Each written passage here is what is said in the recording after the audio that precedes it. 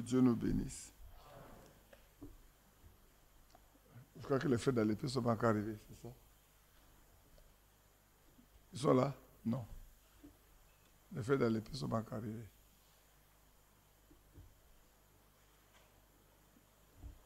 Que Dieu nous aide. Parce que plus le temps avance, plus on arrive avec beaucoup de retard. Ceux d'Abidjan sont arrivés un peu en retard. Alors que la veillée est prévue pour 21h30, sachant que nous avons des frères et des sœurs qui nous suivent depuis l'extérieur, que Dieu nous aide à être prompts, à être à l'heure, pour leur permettre, parce qu'il y a des décalages horaires après tout. Il y avait les décalages horaires, souvent c'est très difficile. Quand on traîne, ça dérange certaines personnes dans leur propre problème à eux. Mais que Dieu nous vienne en aide, afin que chaque fois que nous devons nous retrouver ici, nous puissions être au rendez-vous comme prévu. Amen. Nous sommes venus pour notre veillée du mois et puis pour profiter aussi pour faire la Sainte Seine, comme nous en avons fait tous les jours. On va se lever ensemble pour lire ce qu'on a déjà lu dimanche passé. Je parlerai très courtement. Il est déjà 23h05. On va prendre notre Bible dans le livre d'Ésaïe, le chapitre 51. On a lu dimanche passé. Je vais encore le relire un peu et puis passer à 1 Pierre et parler d'autres choses pour nous aider. Dans Ésaïe 51, excusez-moi, il n'y a rien fait de transpiration ici.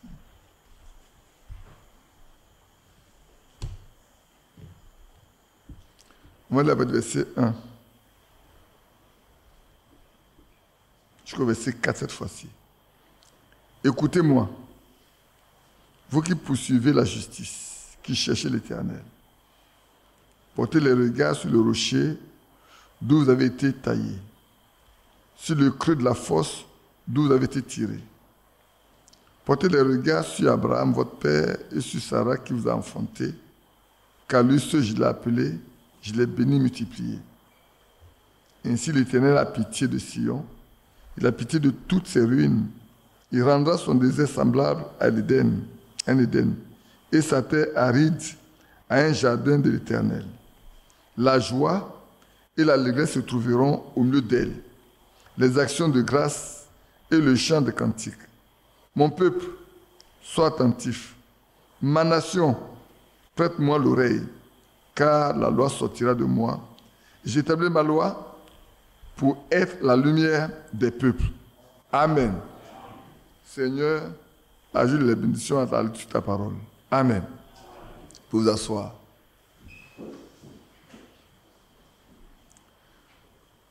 Comme j'en parlais dimanche après-midi, c'est Isaïe qui parle en tant que prophète. Et on peut faire le lien facilement avec le temps dans lequel nous sommes. Isaïe dit, écoutez-moi, vous qui poursuivez la justice, qui cherchez l'Éternel. On peut l'appliquer à nous aussi. À nous qui aujourd'hui, à cette fin des temps, où la science est très développée, où la mondanité est grande, et qui malgré tout, nous nous détournons de ces choses pour chercher Dieu. Le prophète dit, écoutez-moi. Il dit, vous qui cherchez l'Éternel. Beaucoup ne cherchent pas l'Éternel. Dans ces jours-là, il nous a donné de parler un peu avec certaines personnes qui sont dans la religion.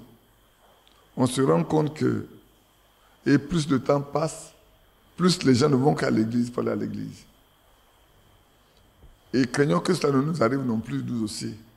Que nous ne partons pas pour dire nous partons à l'église pour aller à l'église, mais que nous partons pour chercher Dieu de tout notre cœur. Et c'est vrai. Aujourd'hui, depuis hier, on nous a annoncé le décès d'un frère qui bouleverse énormément. Moi, ça m'a vraiment bouleversé, ça me bouleverse encore quand j'y pense. Je pense à ce jeune frère qui est parti. Il est jeune par rapport à nous. On le sait parce qu'il est venu. D'abord, en termes d'âge, c'est un jeune frère. Et puis, dans la force, c'est un jeune frère. Il est mort en Allemagne. Et c'est très bouleversant. Mais Dieu sait ce qu'il fait. C'est Dieu qui sait. Ce qui veut dire que cela peut arriver à chacun de nous, à tout moment. J'ai toujours dit, ce n'est pas la façon de partir qui importe. Mais où est-ce que nous allons après avoir prétendu avoir servi Dieu? Et je pèse bien les mots que j'emploie. Après avoir prétendu avoir adoré Dieu. C'est moi qui prétends adorer Dieu. Mais est-ce que ma foi a été acceptée par lui? Est-ce qu'il a donné un témoignage de moi aux yeux de tous que ma foi a été acceptée? C'est pour ça que ce que nous disons ce soir est important pour chacun de nous. Vous qui poursuivez la justice, est-ce que nous poursuivons vraiment la justice? Cherchons-nous à marcher dans la justice qui a été acquise pour nous à Golgotha. Voulons-nous rester vraiment justes ou bien être injustes? Voilà la question qu'on se pose. Et dites-vous qui cherchez l'Éternel. Aujourd'hui, nous savons que le Seigneur Jésus est mort pour nous. Tout à l'heure, le frère le disait dans la prière. Notre énergie vient de lui, notre force vient de lui. Tout vient de lui. On n'a rien du tout. On ne peut tirer que de lui tout ce dont nous avons besoin. Est-ce que nous le cherchons vraiment de tout notre cœur? Il dit, je me laisse trouver par ceux qui me cherchent. Je me laisse trouver par ceux qui me cherchent. Maintenant, si quelqu'un cherche l'Éternel et qu'il ne le trouve pas, c'est que ce n'est pas l'Éternel qui cherche. Parce qu'il dit, moi je me laisse trouver par ceux qui me cherchent. C'est pour cela que, frère, ne prétendons pas aller à l'église. Ne prétendons pas connaître la Bible. Connaissons l'auteur de la Bible. La vie éternelle, c'est le connaître lui, le seul vrai Dieu. La vie éternelle, c'est connaître qui est Dieu.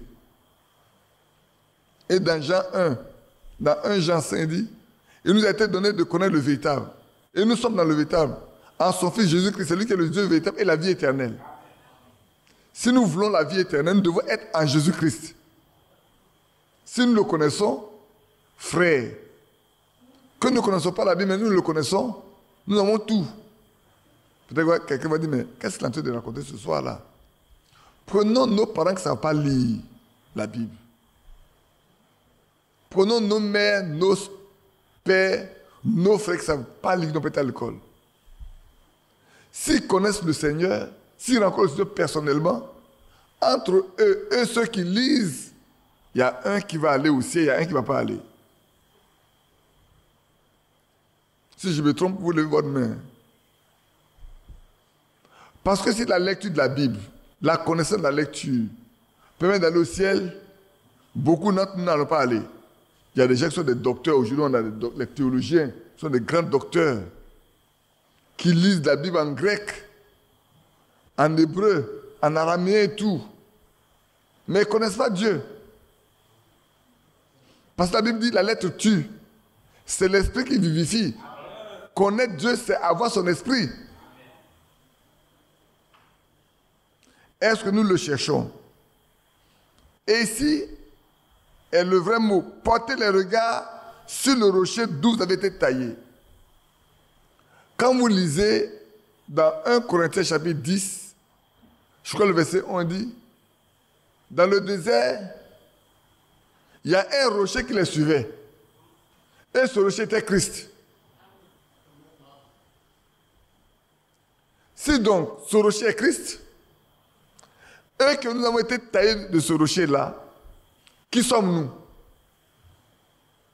Nous sommes un morceau de ce rocher. Ah, vous comprenez maintenant. Nous sommes un morceau de ce rocher. On n'est pas plus grand ni plus petit, mais n'est qu'un morceau de ce rocher. On est une partie de ce rocher. Alors, nous sommes comme ce rocher. Ce que le rocher est, c'est que nous sommes. Parce que si on prend la structure du rocher, ça doit se retrouver dans ce morceau qu'on a taillé. C'est une partie de ce rocher-là. La vie qui est dans ce rocher-là, c'est une partie de cette vie-là qui est dans ce morceau que vous avez dans vos mains. Alors, frères, regardons-nous. Est-ce que vraiment, nous nous rendons compte aujourd'hui que nous sommes une partie de ce rocher-là? Sommes-nous vraiment taillés de ce rocher? Dimanche passé, je n'ai pas explicité, je n'ai pas posé la question. Mais je peux vous poser la question ce soir. Est-ce que ce rocher-là, ici il dit, regardez bien, hein? Regardez bien. Portez les regards sur le rocher d'où vous avez été taillé. Si je porte les regards dessus, c'est pourquoi? Si je porte mes regards sur ce rocher d'où j'ai été, c'est pourquoi faire?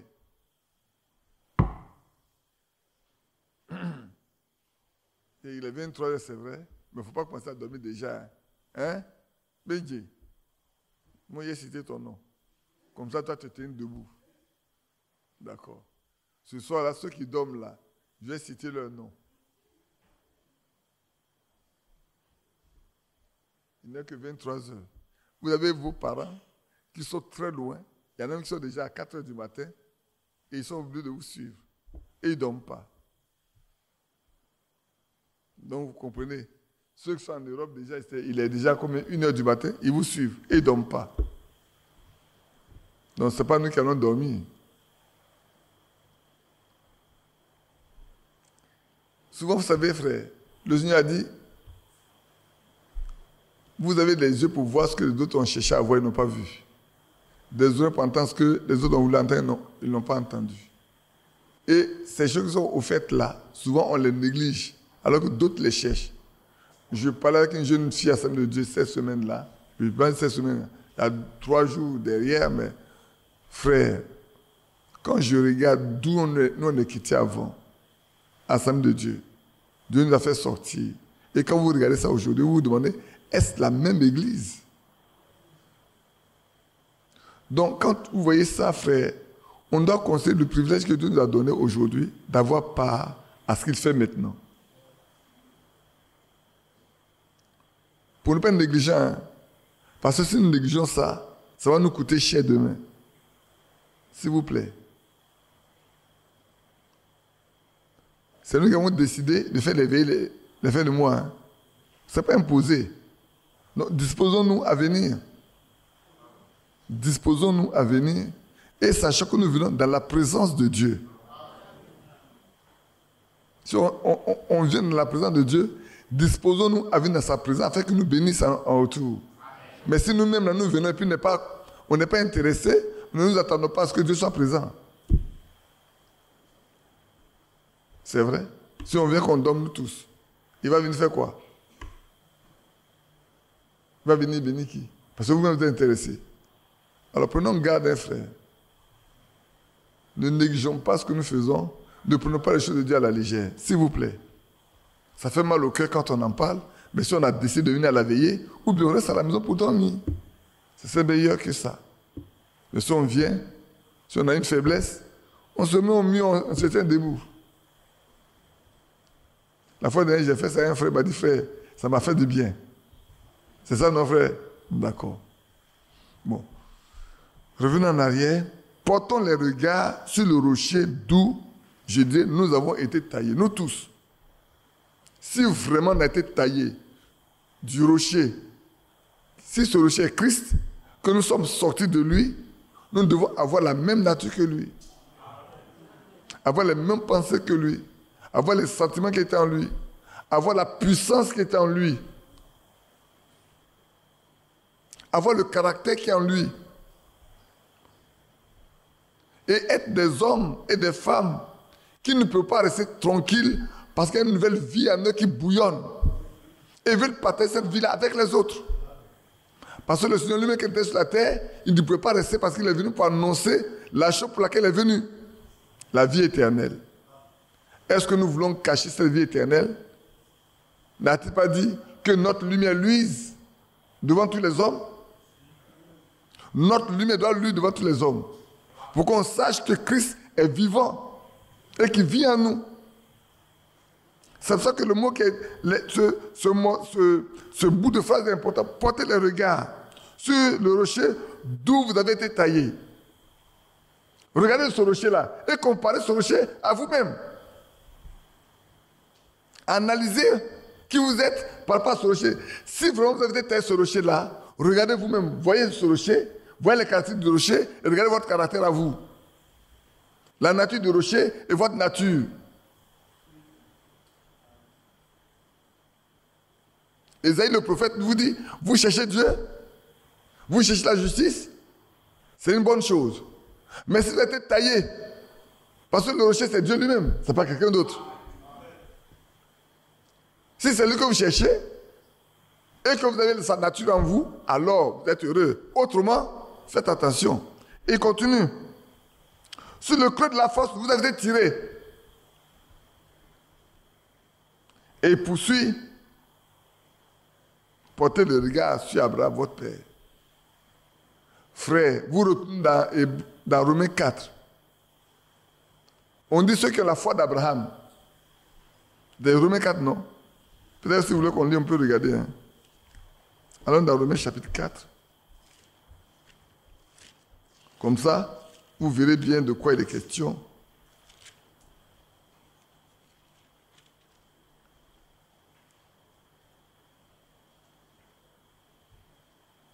Il lis le verset 15.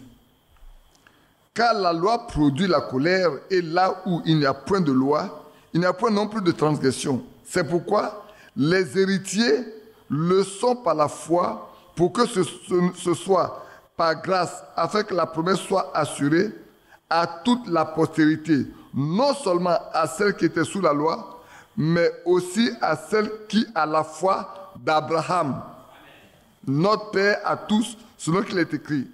Je l'ai établi Père d'un grand nombre de nations.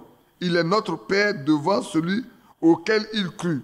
Dieu qui donne la vie aux morts et qui appelle les choses qui ne sont point comme si elles étaient. Amen. Donc, Abraham a une foi. Et on nous dit que la promesse est pour ceux qui ont la foi d'Abraham. Alléluia. Ici, si on nous demande de porter nos regards sur notre père Abraham, c'est de voir est-ce que nous avons la même foi que notre père Abraham. Est-ce que nous marchons comme Abraham marchait? Est-ce que nous faisons les choses comme Abraham? Frère, regardez bien une chose.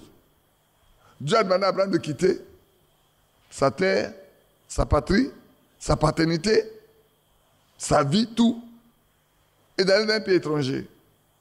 Un pays qu'il ne connaît pas. On peut faire le parallèle avec nous. Hein. En devenant des croyants, de vrais croyants, nous abandonnons tout. Nous abandonnons même nos parentés. Nous abandonnons nos coutumes, nos traditions. Ce que nous connaissons, nous abandonnons tout.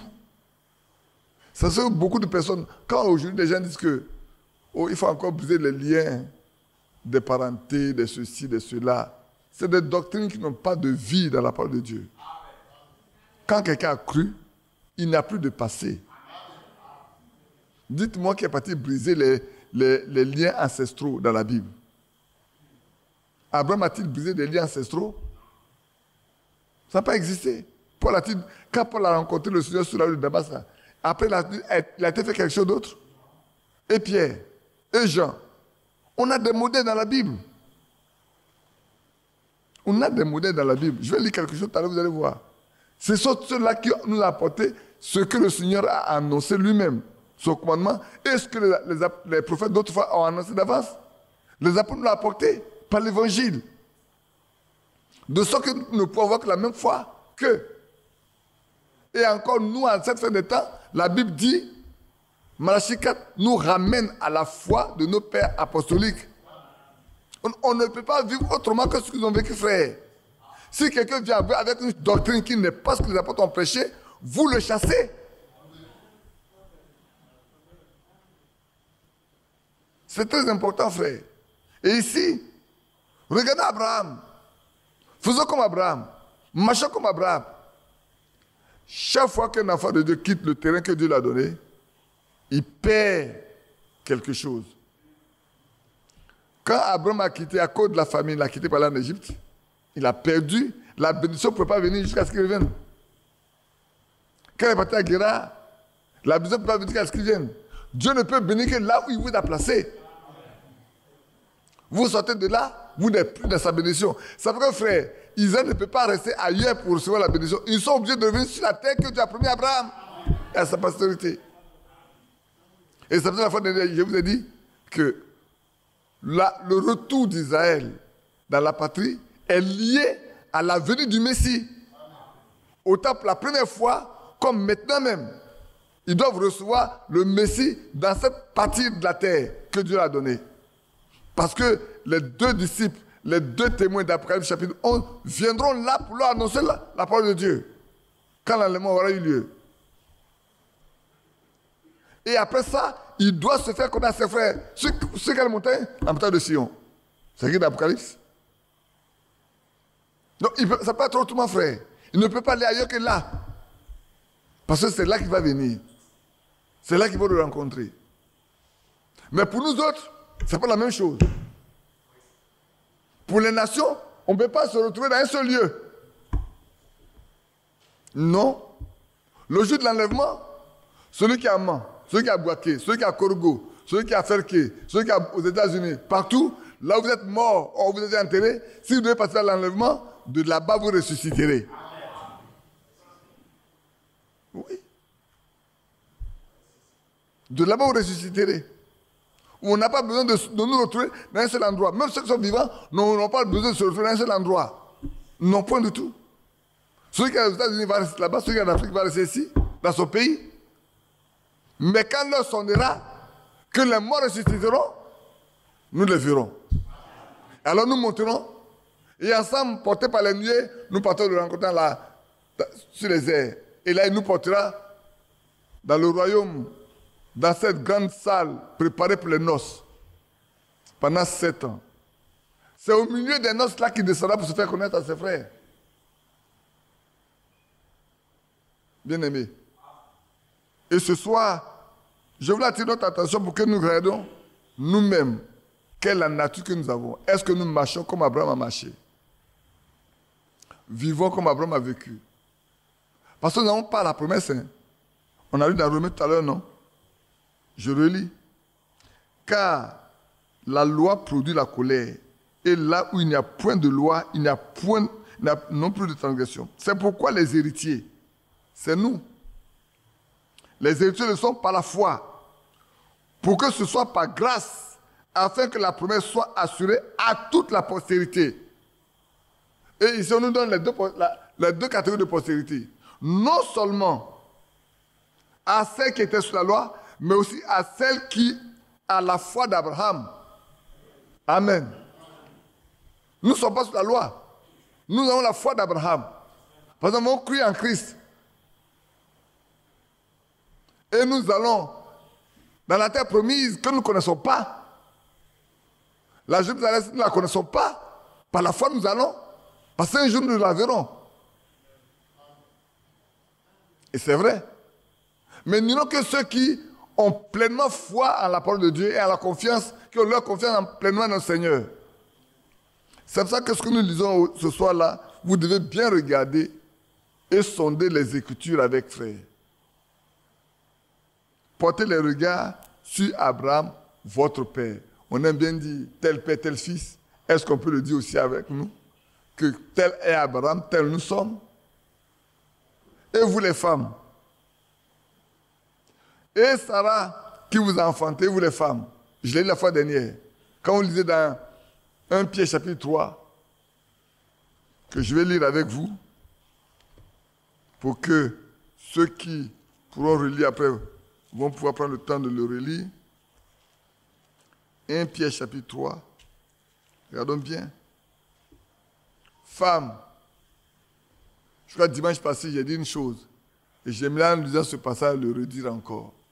Bien-aimés frères, sachez qu'une seule parole négligée et non mise en application est un commandement du Seigneur qui a été abandonné. Et si c'est le cas, nous nous privons nous-mêmes. Merci. Nous nous privons nous-mêmes de l'enlèvement. et de la vie éternelle. Je donne quelques exemples seulement en disant, à nous qui sommes mariés, les hommes, si on n'a pas un amour comme la Bible le demande pour nos femmes, sachez que l'enlèvement n'est pas pour nous. Et vous les femmes, si vous ne pouvez pas être soumis à vos maris comme la Bible le demande, sachez que c'est déjà fini. Donc on peut regarder chaque élément qui nous concerne à titre particulier plutôt, de façon particulière, pour que vous sachiez que chaque chose exigée par la Bible qui nous concerne, si nous négligeons cela, nous négligeons nous-mêmes notre salut. Parce que c'est une seule parole que Ève a négligée et qui a amené la perte de l'humanité tout entière. Ce n'est pas deux, ce n'est pas trois paroles. Ce n'est pas tout un verset, frère. C'est vrai que quand je dis, vous gardez mes commandements là, ou même mon commandement, quand il dit l'amour, quand un frère ou une soeur ne peut pas aimer son frère, comme la Bible le demande, mais il est déjà hors de la course. Quand il dit aimez vos ennemis comme je vous le demande. Mais si vous pouvez aimer vos ennemis, c'est fini, frère. Quand il dit qu'on ne doit pas parler mal d'un frère ou d'une soeur, et qu'on le fait, mais on se prive nous-mêmes de la grâce de Dieu. Si on ne comprend pas ces choses-là, qu'on pense que des choses qu'on veut, c'est qu'on veut passer de façon légère, mais on se perd soi-même, frère. On a une espérance trompeuse. Le temps est arrivé où, frère, chaque parole qui a été dite là, on doit la considérer comme telle et la voir s'appliquer à notre vie. Prions les uns pour les autres. Hein. Priez pour moi-même qui vous parle. Priez pour moi. Parce que ça doit s'accomplir en réalité. Et chacun de nous doit vivre ça.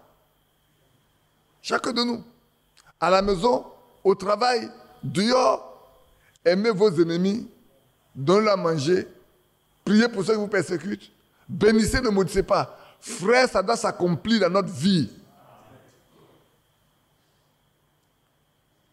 Si ce n'est pas le cas, demandons au Seigneur de nous faire grâce. Dieu de compassion avec nous. Et regardez Étienne. Avant de poursuivre, je vais m'arrêter. Regardez Étienne simplement. Étienne en face de la mort. Lapidé à la mort. Il savait qu'il allait mourir. Il sait que là où il est là, il va mourir. Il doit pu demander au Père, mais ne leur pardonne pas leur péché. Qu'est-ce qu'il a dit? Ne leur impute pas ce péché. Pardonne-leur, ne leur impute pas ce péché. Frère, voilà ce qui nous attend, nous tous. Lui, face à la mort, entre les mains de ceux qui le mettent à mort, il ne demande pas leur mort. Plutôt, il demande au Seigneur de leur pardonner leur péché. Lui, en train de mourir. Mais nous vivons devant ces cas. Quelle attitude adoptons-nous? Quelles paroles prononçons-nous? Quelles pensées montent dans nos cœurs? Posons la question. Portez les regards vers le rocher d'où vous avez été taillé. Regardez la croix quand le Seigneur mourait. Père, pardonne-le. Quelqu'un dit à lui, c'est Dieu. Non. Et Étienne aussi est Dieu. C'est une question de nature, frère. C'est une question de l'Esprit de Dieu en nous. C'est une question de la vie de Dieu en nous. Regardez David, qui était sous le sang des taureaux. Face à qui? À Saül. Dans cette caverne-là, où les hommes lui ont dit, mais le Seigneur te livre ton ennemi entre les mains. Il a dit, c'est un oint. Il est oint. Je ne peux pas toucher à loin. Même après avoir coupé une partie de sa robe, son cœur s'est mis à battre très fort. Il aurait pu planter sa lance dans son cœur et n'allait même pas bouger. Ils étaient tous fatigués, tous endormis. Dieu les a endormis profondément. Si c'est nous aujourd'hui, Dieu nous l'a livré, on va finir avec eux en même temps. Comme ça, on sera en paix et puis on va prendre le trône. Bien-aimé, ce que Dieu vous réserve là, personne ne peut l'enlever.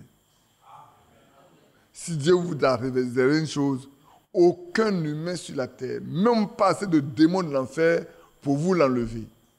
Et Jean-Baptiste a dit, un homme ne reçoit que ce qui lui a été donné depuis le ciel. Si depuis le ciel tu ne l'as pas, tu ne l'auras pas sur la terre. Sachons-le. Donc prions pour que nous vivons la vie chrétienne. Tout à l'heure, je parlais du départ de Koji Jérémie. Certains ne le connaissent pas. Je crois que c'est un parent, Frère Yapi, qui est là. Frère Lélion également, c'est leur parent. Frère, on peut tous partir d'un moment à un autre. Je dis toujours, ce n'est pas comment nous allons partir, mais où allons-nous partir. Le témoignage des hommes est bien, mais le témoignage du Seigneur est encore plus grand. Parce que souvent, on dit, il y a un frère qui est mort, on va aller à la veillée et tout. Mais Dieu seul qui sait, en réalité, si c'est un frère ou ce n'est pas un frère. Parce qu'on se rend compte aujourd'hui, il y a beaucoup de choses dans lesquelles les gens sont impliqués, ils ne se sont jamais repentis. Ils ne se répandent pas. Ils sont impliqués dans les choses, ils ne se répandent pas. Et puis ils meurent. On dit c'est des frères, c'est des sœurs. Prions qu'il n'en soit pas ainsi pour vous qui êtes ici, pour moi qui suis là. Prions qu'il n'en soit pas ainsi du tout. Je pense que vous me comprenez également. Prions qu'il n'en soit pas ainsi pour nous qui sommes là. Vous qui m'entendez, prions. Alors, je lis encore dans Femme, que chacune soit soumise de même à son mari, afin que si quelques-uns n'obéissent point à la parole, ils soient gagnés sans parole par la conduite de leur femme. Alléluia. Et vous allez voir qu'est-ce que l'apôtre Pierre va écrire après. En voyant votre manière de vivre chaste et respectueuse, ayez non cette parure extérieure qui consiste dans des cheveux tressés, des ornements d'or ou les habits qu'on revêt.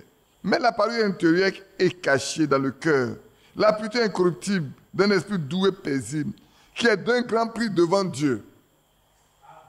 Ainsi se paraît autrefois les saintes femmes qui espéraient en Dieu, soumises à leur mari. Voilà le modèle qu'on nous donne aujourd'hui. Mes bien-aimées sœurs, mes filles, mes petites filles, mes sœurs, voilà le modèle que la Bible nous donne pour vous. Il dit, ainsi se paraît autrefois les saintes femmes qui espéraient en Dieu, soumises à leur mari.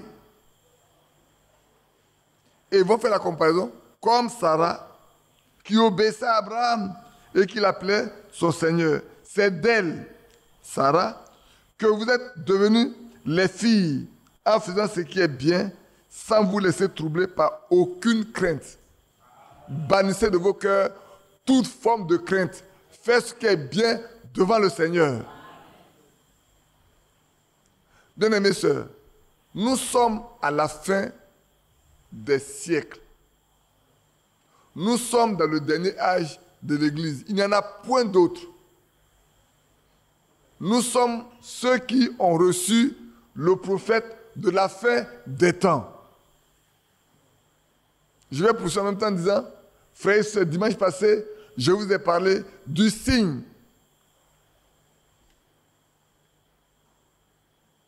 Et de la manifestation du Fils de l'homme. Est-ce que le signe du Fils de l'homme a été manifesté? Est-ce que le Fils de l'homme a été manifesté à notre temps, oui ou non? Dimanche après-midi, quand je parlais, j'ai dit, je ne dis pas que c'est accompli, mais si c'est accompli, ce soir, je vais vous dire, c'est accompli à la lettre. Le signe du Fils de l'homme vous a été donné. Avant que les sceaux ne soient révélés, le signe du Fils de l'homme a été manifesté. Et pendant tout le temps de son ministère, il a manifesté également qui est le Fils de l'homme.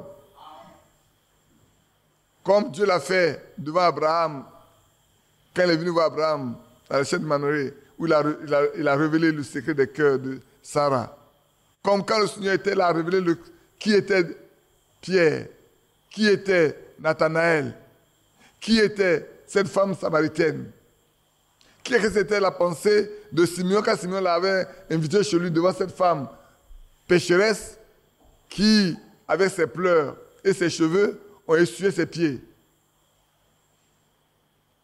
Cela a été manifesté pleinement dans le ministère de Frère Branham. Frère, le Fils de l'homme a été révélé à notre fin des temps.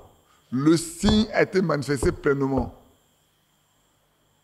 Il ne reste rien d'autre que l'enlèvement aujourd'hui, frère. Sachez-le.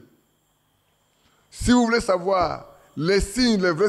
On a tout ce que... Avant, on parlait des bouts de guerre, on pensait que c'était très loin, jusqu'à ce qu'on ait vécu ça. C'est faux? C'est vrai. Les gens étaient des réfugiés dans leur propre ville, dans leur propre pays. On ne disait c'est les déplacer. J'ai ma fille, Suzanne là-bas, qui est passée par là. Ouais. Béatrice, qui a quitté Boaké. Et c'est de quoi il est question. On a vécu ces choses. C'est plus lointain. Même si aujourd'hui, on entend parler depuis l'Ukraine et puis la Russie, mais c'est là, au Soudan, en Afrique ici, à l'Est. Il y en avait eu la fois dernière, il n'y a pas encore longtemps, au Mali, au Burkina. Vous savez bien, non? Donc, ces choses-là sont vraies. Aujourd'hui, quand vous repassez, vous voyez comment le soleil est très fort, il fait très chaud. Tout s'abîme progressivement. Et les gens ont fait des calculs pour dire, la terre sur laquelle nous vivons là ne peut plus vivre pendant 1000 ans.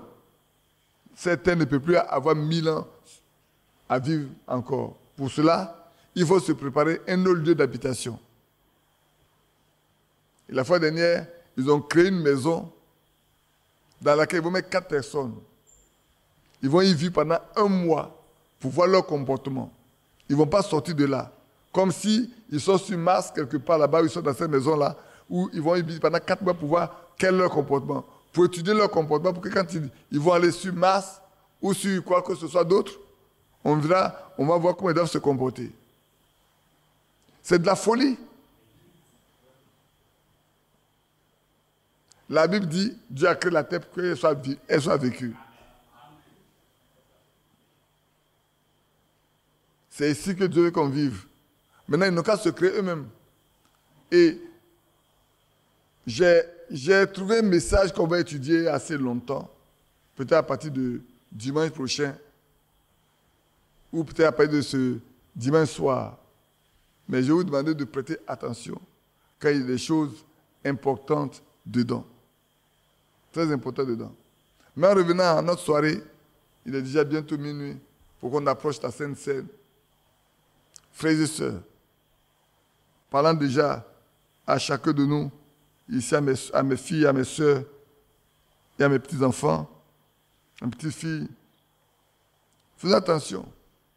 Le temps est arrivé où nous devons passer nous-mêmes notre vie au pain fin à la lecture de la parole de Dieu. Quelqu'un n'a pas besoin de nous dire ce que nous devons faire. Nous devons prier pour que le Saint-Esprit nous inspire sur ce que nous devons faire. Chacun nous doit prier jusqu'à ce que le Saint-Esprit nous dise, voilà où se trouve ta faute. Voilà où se trouve ta faiblesse. Pour que l'autre soit mis dans notre vie. Frère, le temps est arrivé où nous devons être très sérieux avec Dieu, nous-mêmes. Sachant que notre Dieu, ce n'est pas un homme qui ment. Il dit toujours la vérité. S'il a promis de nous chercher, il viendra certainement nous chercher. Mais est-ce que nous sommes tous prêts à partir? Sommes-nous tous disposés? Ne prenons pas cela à la légère, frère. C'est comme quand ils étaient dans l'Égypte. Si on pouvait leur dire au début, là, un jour vous allez retourner chez vous, ils n'allaient pas croire. Ils étaient tellement heureux, tellement paisibles dedans. À Goshen, ils étaient tellement contents. Tout prospérait entre leurs mains. Comme si on leur disait, permettez de vous dire peut-être 200 ans avant ou 300 ans avant, on leur dit, mais un jour vous allez retourner là-bas, ils n'allaient pas croire. Même 350 ans après, sont le Dieu n'allait pas croire. Mais il arrive un temps où Dieu lui-même a créé les conditions pour que leur cœur ne soit plus prêt à vivre sur la terre des Égyptiens. Ils étaient pressés de partir. Mais il y a toujours le rabassis. Vous savez, les miracles là, attirent beaucoup de personnes. Hein. Le miracle a attiré beaucoup de personnes. Et comme Dieu connaît chacun de nous, frères, écoutez-moi bien, comme Dieu connaît chacun de nous, il mettra les obstacles, les difficultés, les épreuves pour faire le tri. Il le fera toujours. Dieu fera toujours le tri. Un fils de Dieu qui vient sera toujours éprouvé. Il sera toujours testé. Il sera toujours examiné pour voir s'il va passer le test ou s'il va résister ou pas. Bien-aimés frères, prenons garde. Si le signe du Fils de l'homme a été manifesté, si le Fils de l'homme a été révélé, comme frère Franck pouvait dire, l'enlèvement ne peut pas avoir lieu aussi longtemps que ces deux éléments-là ne sont pas accomplis. Ce n'est pas possible. Parce que la Bible dit. Mais maintenant que cela a lieu, est-ce que nous sommes prêts? Frères, écoutez bien. Ce n'est pas dans la vie de frère Franck que ça a eu lieu. C'est dans le ministère de frère Branham. Donc après le ministère de frère Branham, Dieu savait qu'il doit avoir un temps. C'est vrai qu'il a demandé de la distribution de la nourriture. Cela aurait pu avoir lieu depuis 20 ans, depuis 30 ans, depuis 40 ans. Beaucoup d'entre vous ne seraient pas venus aujourd'hui. Mais le Seigneur connaît. Peut-être le dernier des yeux n'est pas encore rentré. Voilà pourquoi ça traîne. Un jour, le dernier des yeux rentrera. Et la porte sera fermée. Celui qui sera dehors ne pourra plus rentrer. Je me souviens encore quand on était de l'autre côté, une soeur est venue me dire, frère, un jour on est rentré ici, il y avait une séparation. Les portes étaient fermées. Ceux qui étaient dehors, on leur dit que vous ne pouvez pas rentrer. Ceux qui étaient dedans, on leur dit que vous ne pouvez plus sortir. Quand le tri est fait, c'est fini. J'ai dit à moi, oui, frère, ceux qui étaient dedans étaient très peu, ceux qui étaient dehors étaient plus nombreux. Mais on nous disait que ceux qui sont dedans ne peuvent plus sortir, la porte est fermée. Ceux qui sont dehors ne peuvent plus rentrer. Le tri est fait. Un jour, ça va arriver. Que Dieu nous aide. Que Dieu nous garde. Je poursuis la lecture. Ainsi se paraît autrefois les saintes femmes qui espéraient en Dieu, soumises à leur mari comme Sarah, qui obéissait à Abraham et l'appelait son Seigneur. C'est d'elle que vous êtes devenus les filles en faisant ce qui est bien, sans vous laisser troubler par aucune crainte. Marie, montrez à votre tour de la sagesse dans vos rapports avec votre femme. Frère, c'est une instruction précise que le Seigneur donne à nous les hommes. Il y en a qui n'ont pas de respect pour leurs femmes. On m'aurait même dit, il y en a qui... Celui qui a dit ça, s'il a menti, c'est son problème. Mais moi, je le dis. On se permet même de mesurer le riz que la femme doit préparer à la maison. Mais pourquoi tu l'as mariée alors? Si tu veux la mettre au restaurant comme ça, est-ce qu'elle n'a pas mangé quand elle est chez son père? Je donne l'argent à ma femme à le marché, quand elle vient, elle doit venir me rendre compte. Elle n'est pas ma bonne, c'est ma femme. Où est la confiance qui est entre vous? Frères, soyons des chrétiens. Vous les frères, soyons des chrétiens. Le temps arrive où nous devons montrer que nous sommes des chrétiens. Le chrétien est celui qui est détaché des choses de la terre.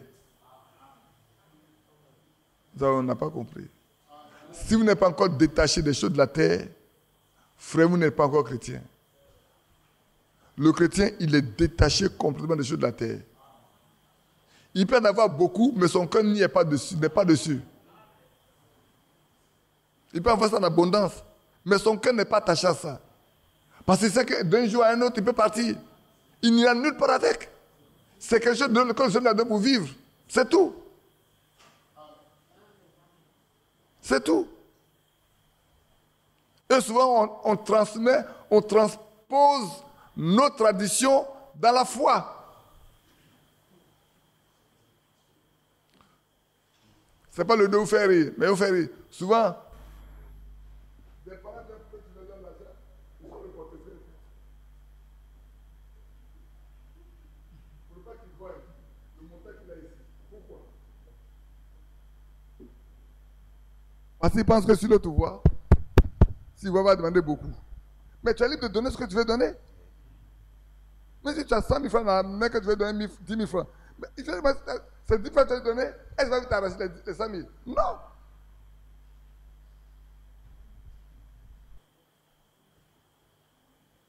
Je reviens encore là-dessus, frère.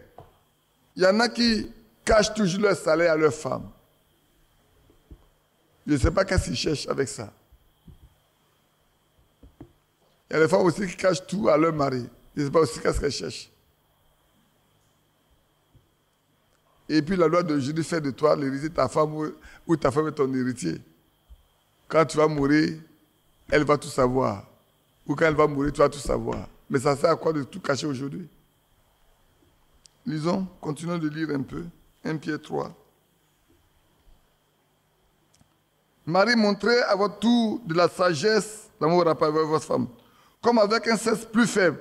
Honorez-la comme devant aussi hériter avec vous de la grâce de la vie. Amen.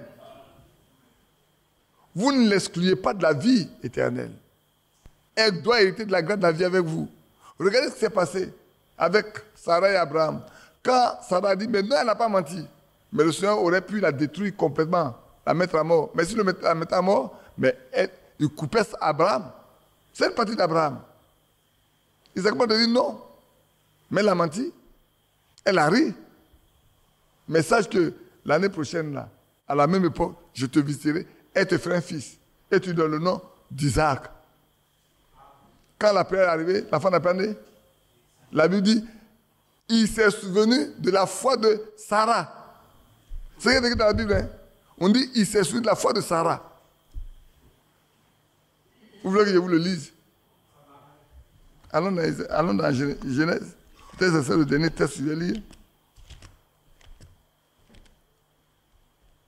Allons dans Genèse.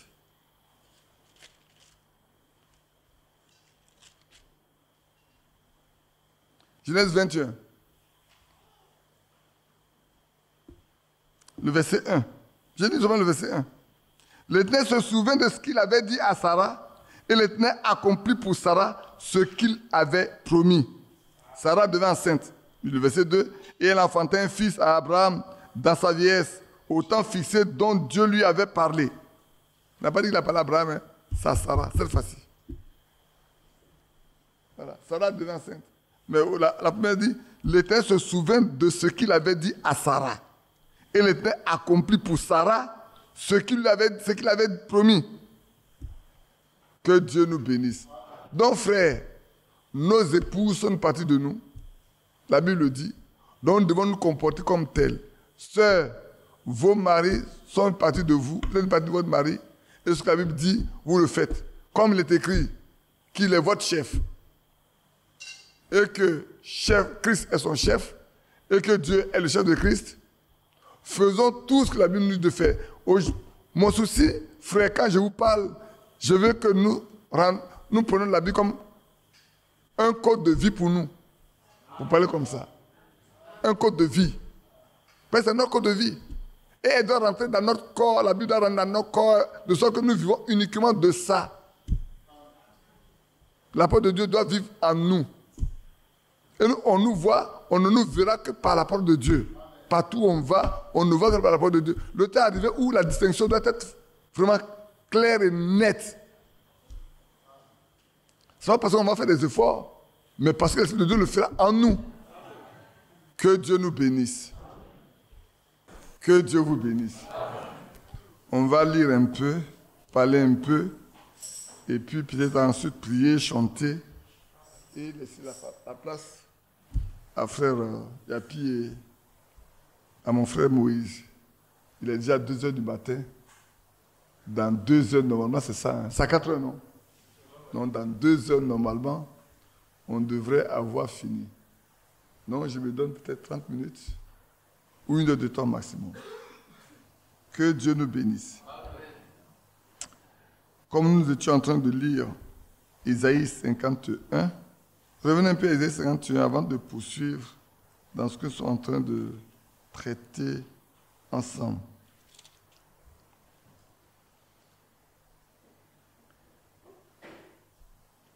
Quand nous poursuivons au verset 4 dit, « Mon peuple, sois attentif. Ma nation, prête-moi l'oreille, car la loi sortira de moi. J'établis ma loi pour être la lumière des peuples. » Amen. Oui, c'est vrai. La loi sort de l'Éternel. Et comme le Seigneur nous a dit, si vous m'aimez, gardez ma parole, gardez mes commandements. Alors, le Père vous aimera et nous viendrons et nous ferons notre demeure en vous. Alléluia. Et il est important pour nous, frères et sœurs, aujourd'hui, de garder la loi du Seigneur. Et il nous dit, prête oreille. Beaucoup ne prêtent pas oreille pour écouter ce que le Seigneur dit. Le verset 4. J'ai laissé le verset 3 pour le verset 4. Il dit, mon peuple, sois attentif. Malheureusement, aujourd'hui, beaucoup de croyants ne sont même pas attentifs à la voix de Dieu. Ils ne savent pas discerner quand Dieu parle, de quand Dieu ne parle pas. Et ça, c'est un reproche fondamental. Vous avez vu que quand on lisait dans Exode, Dieu dit, écoute Israël. Chaque fois, Dieu dit, écoute. Et même dans Luc 17, quand le Seigneur descendait de la montagne de la transfiguration, il a dit, c'est vos fils bien-aimés en qui il met tout mon plaisir, écoutez-le. Combien sont ceux qui veulent écouter ou encore le Seigneur Jésus-Christ? Et pourtant, nous voulons sanctifier. Et pourtant, nous voulons marcher avec lui. Mais si nous n'écoutons pas la parole de Dieu, nous ne pouvons pas être sanctifiés. C'est dans tout ce qu'on a demandé tout à l'heure. On dit sanctifie-nous par ta parole, car ta parole est la vérité. Donc, si nous voulons être sanctifiés, nous devons nous laisser complètement conduits par la parole de Dieu et dans la parole de Dieu. Priez pour que le Seigneur laisse la parole de Dieu toujours sur le chandelier. Surtout qu'aujourd'hui, dans ce message, il y a tellement de directions. La fois dernière, la sœur Chantal me disait, frère, est-ce que vous connaissez un certain Aké David? Je dis non, je ne le connais pas. Il dit, pourtant, je crois qu'il a une église dans la zone de, Angré. Alors, je crois que c'est le frère Aladé qui a tapé sur Google et on se rend compte, on le voit, il est bien gros. Mais il a aussi une branche dans le message. Mais tout le monde dit qu'il est dans le message. Hein? Il n'y a personne qui dit qu'il n'est pas dans le message. Tout le monde est dans le message. Mais qui est vraiment dans le message? Aujourd'hui, la question se pose, qui est vraiment dans le message? Frère, c'est qu'il est important de savoir exactement ce que vous croyez. De prier pour que la parole soit sur le chandelier et que vous marchiez dans le véritable. Parce qu'il y a beaucoup de directions dans ce message. Que Dieu nous garde de direction, mais que nous restions dans l'original. Nous restons dans ce qui est original. Alors seulement nous serons épargnés de toutes les déviations qui se présentent aujourd'hui. Soyez attentifs, prêtons oreille, écoutons, prions pour que le Seigneur envoie son esprit au milieu de nous et qu'il nous conduise. Parce que, frère, l'Esprit de Dieu ne va que là où il y a la parole pure et authentique. Et nous sommes arrivés au temps où, comme le dit, tout montre que nous sommes à la fin. Tout montre. Nous sommes vraiment ceux qui sont privilégiés. C'est vrai que nous sommes dans un temps très difficile, mais c'est le plus glorieux temps. Frère, vous devez savoir, c'est le plus glorieux temps, parce que c'est ce temps où il y a beaucoup de difficultés, mais c'est le temps dans lequel Dieu viendra chercher ceux qui lui appartiennent. Amen. Et c'est maintenant que nous puissions nous laisser préparer. Parce qu'il viendra certainement. Il viendra certainement. Hein. Toi et moi ne sommes pas quand nous allons mourir. Mais lui, sa venue est très sûre. Ah oui. Sa venue est très sûre. Et ça ne manquera pas. Oh oui, quelqu'un dit, tout à l'heure, j'ai lu un passage. Les gens disent, mais où est le signe de la promesse de sa venue? Certainement, il y en a qui posent encore la question. Mais où est la promesse de sa venue? Lisons un peu dans 1 Pierre, non, dans 2 Pierre. Ah, dans 2 Pierre 3. Je crois que je l'ai lu la fois dernière. Disons dans 2 Pierre 3. Je vais vous montrer certaines choses simplement pour que nous puissions ensuite laisser la place à mes bien-aimés frères pour nous aider à aller de l'avant. Dans 2 Pierre chapitre 3, il y a le verset 3. Sachez avant tout que dans les derniers jours, il viendra des moqueurs avec des railleurs, avec leur raillerie, et marchant selon leur propre convoitise. Et ça, c'est une réalité aujourd'hui. Ils disent, où est la promesse de son avènement? Car depuis que les pères sont morts, tout demeure comme dès le commencement de la création.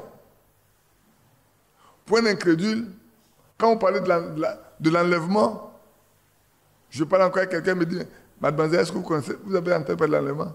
Il dit, j'ai entendu un peu parler de l'enlèvement. Un peu seulement.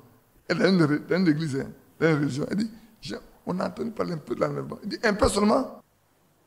Oh, comme quelqu'un pouvait dire, même au milieu de nous, certainement, il y en a des satades. La vie du Seigneur, ça traîne. Hein? Les gens disent, oh, laissez-les, c'est des rêveurs. Quel enlèvement il va y avoir?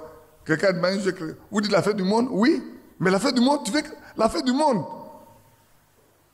Vous savez, une fois, je parlais, et puis un peu de la doctrine catholique, quelqu'un dit, une fois a dit, frère, il ne faut pas faire venir nous persécuter. Hein? Mes enfants ne sont pas encore mariés, ils ne travaillent pas encore. Ça vous surprend, non?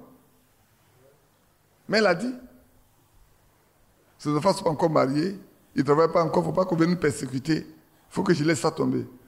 Et c'est moi qui vais faire le pire en persécuter quelqu'un. Moi, je ne fais que dire ce qui est biblique. C'est tout. Si maintenant, la vérité amène la persécution, mais c'est normal. Est-ce que les apôtres n'ont pas été persécutés pour avoir de la vérité? Si. C'est la vérité qui amène la persécution, oui. Mais à cause de la persécution, je ne vais pas m'arrêter pour dire, comme il y a la persécution, je ne veux pas dire la vérité. Moi, je parlais de ce qui est vrai. Donc ici, frère, où est la promesse de son avènement? À nous, on ne peut pas poser cette question. Tout à l'heure, je vous disais, frère, l'enlèvement ne pouvait pas avoir lieu aussi longtemps que le signe du Fils de l'homme et la révélation du Fils de l'homme n'a pas été manifestée. À notre temps, au travers du ministère de Frère Branham, Dieu a manifesté le signe du Fils de l'homme. Le Fils de l'homme, c'est le prophète. Hein? Le Fils de l'homme, c'est le prophète. Ce n'est pas le Fils de Dieu, ce n'est pas le Fils de David. Le Fils de l'homme, c'est le prophète. Le signe du prophète a été manifesté. Vous savez bien que quand le Seigneur est venu voir Abraham tout à l'heure, comme je vous disais, il a manifesté ce signe en montrant qu'il est, lui, Dieu. Le Seigneur Jésus sur la terre a prouvé qu'il est Dieu en montrant qui est Pierre, qui est Nathanaël, qui est la femme samaritaine. Et dans le ministère de Frère Branham, cela a eu lieu à tout moment, par le discernement, pour nous montrer que nous sommes vraiment à la fin. Et quand vous regardez, tout à l'heure, je regardais une chose. Si vous regardez les âges en rapport avec les sceaux, au niveau de chaque sceau, il y a toujours imprimé un être vivant. Je ne vais pas rentrer dans l'enseignement cette nuit-là. Ça sera trop lourd pour vous. Quand on prenait les 4 évangiles, le premier c'est le roi, c'est ça? Le deuxième c'est quoi? Le veau. Le troisième c'est l'homme. Et le quatrième c'est l'aigle, le prophète. Vous ramenez ça au sceau, vous allez voir que les 7 âges ont été couverts par les 4 premiers sceaux. Et nous sommes dans le dernier âge, couverts par le 4e être vivant qui est le prophète. C'est pour ça qu'au dernier âge, Dieu envoie un prophète. Parce que la parole ne vient qu'au prophète. C'est pour ça qu'au jour de Noé, avant que le deuil n'arrive, la parole de Dieu est venue à Noé, qui était un prophète. Amos 3,7 disent que Dieu revêt ses secrets à ses serviteurs les prophètes. Tout ce qui va faire qu'il y ait un secret là, il le révèle. Pour qu'on se prépare. Noé a été averti pour se préparer. Afin de ne pas tomber comme les autres. Autant de Lot, je vais revenir là-dessus, autant de Lot également, Dieu a parlé à Abraham qui est un prophète, pour qu'il puisse plaider pour Lot et sa famille. Dieu n'a pas caché, je vous le disais tout à l'heure également. C'est pour ça qu'à notre fin, à notre temps, Dieu ne voulant pas nous cacher un certain nombre de choses, nous avons un prophète pour nous révéler tout ce qui est resté caché. Amen. Les choses étaient restées cachées. Daniel était resté caché. Les âges étaient restés cachés. Et c'est vrai. Même le roi romain qu'on sait, Daniel avec le roi romain s'avaient ensemble, tout est resté caché. Tout est resté caché, frère. Tout. Même ce qui s'est passé dans le jardin d'Éden était resté caché. Même quand l'apôtre Paul pouvait dire qu'il y a un péché, c'est vrai, mais les gens ne savaient pas qu'il y a une semence, la postérité du serpent, la semence du serpent. Beaucoup ne croyaient pas ça. C'est caché. Dieu nous l'a révélé aujourd'hui. C'est pour ça que, frère, on peut savoir qu'il y a deux types d'hommes sur la terre. Il y en a qui ne croiront jamais. Passons de la postérité de Caïn. Il y en a qui croiront. Passons de la postérité d'Adam et de Seth. Ces jours cassiers ont été révélés. C'est un grand privilège pour nous, frères et sœurs, de savoir que nous sommes vraiment prévenus à la fin des temps. Et qu'on n'a plus le droit de jouer. La parole de Dieu a été donnée, elle est mise sur le chandelier. C'est pour ça que nous devons rester attachés à ce qui nous a été donné. Je lirai avec vous Luc 17. Laissez-moi lire avec vous Luc 17.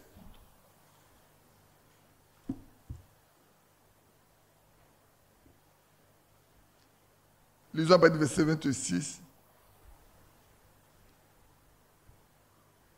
Vous allez me dire, mais dans ces derniers temps, tu ne parles que de l'enlèvement, de la situation.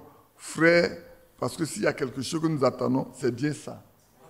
Et on ne peut pas se taire, on doit se préparer. On doit se laisser préparer. Et on doit demander au Seigneur de nous préparer. Parce qu'il n'y a rien d'autre que le chrétien peut attendre aujourd'hui. C'est pour ça que nous devons remplir toutes les conditions pour être prêts, pour être enlevés.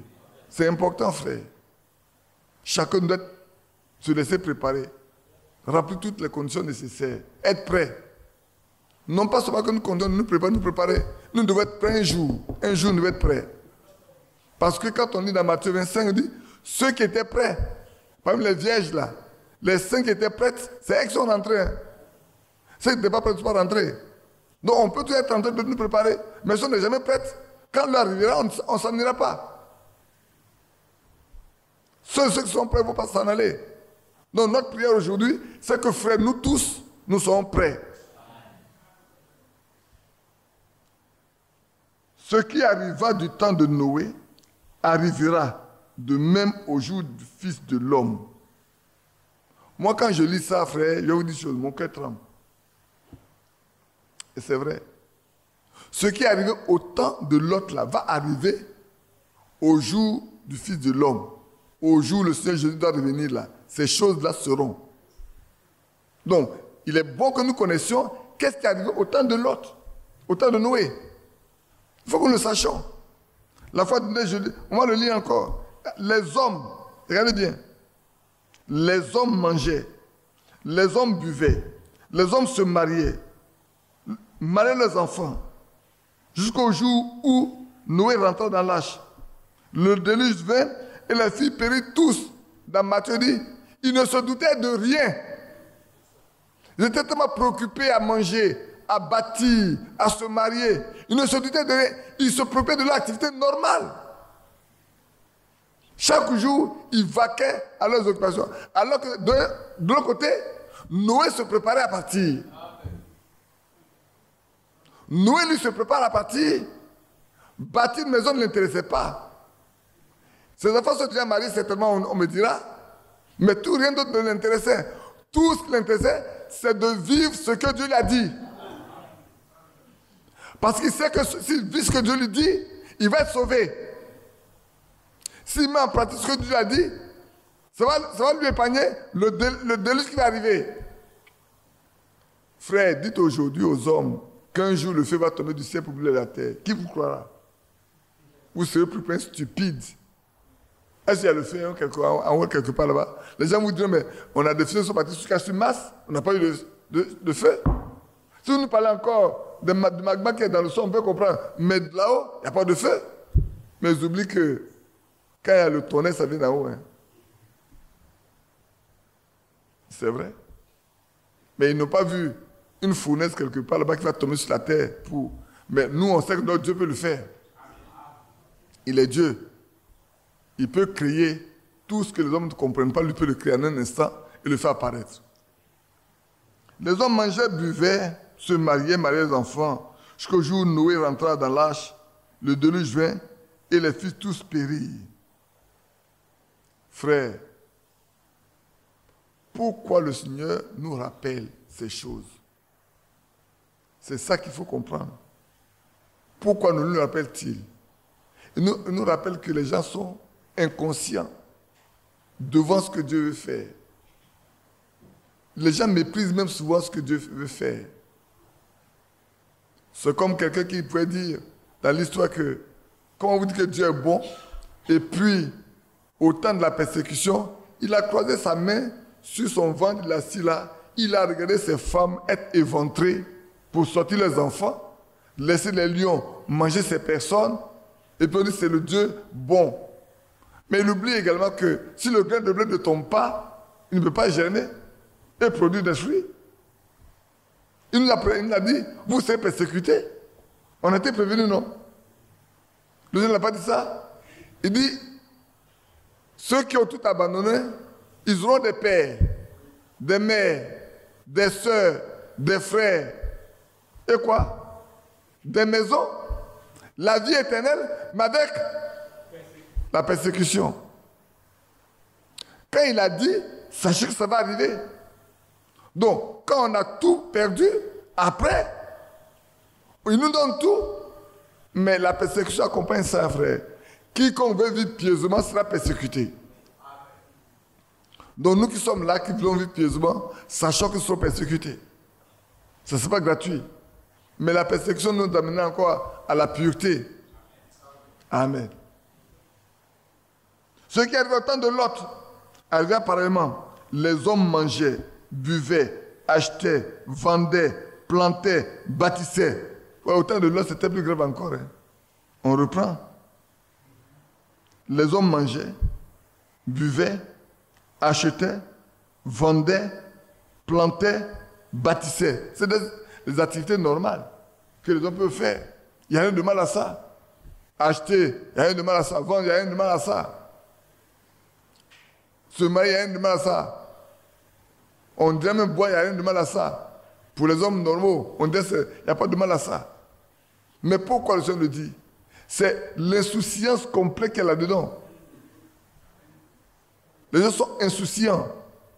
La boisson enlève tout sens, comment j'appelle ça, de responsabilité. Les gens perdent leur sens. Quelqu'un qui boit, on retrouve certains dans le cadre des caniveaux. Et sachez que la boisson va et le sexe en même temps. Les gens sont préoccupés à avoir des plantations, à avoir des maisons, à faire du commerce, à gagner de l'argent. Regardez aujourd'hui, pour de l'argent, les gens tuent. Il y a des choses qu'on ne peut pas dire ici, frères et sœurs. Pour de l'argent. Je vous ai raconté une histoire, un jour, d'un monsieur qui est devenu... ils sont sortis ensemble de l'ENA, des petits salaires, et puis du coup, l'autre est devenu très riche. Il lui dit, mais comment tu as fait? Tout le monde sait que, attends, c'est pas avec le salaire qu'on a que tu peux devenir riche. Il dit, toi, tu ne peux pas faire ce qu'on a fait. Il dit, qu'est-ce que tu peux qu'on ne peut pas faire? Il dit, tu veux faire ça? Il dit, oui. Ce que tu as fait pour être riche, moi, je veux devenir riche. Il a envoyé chez le marabout et il devait sacrifier une de ses filles pour devenir riche.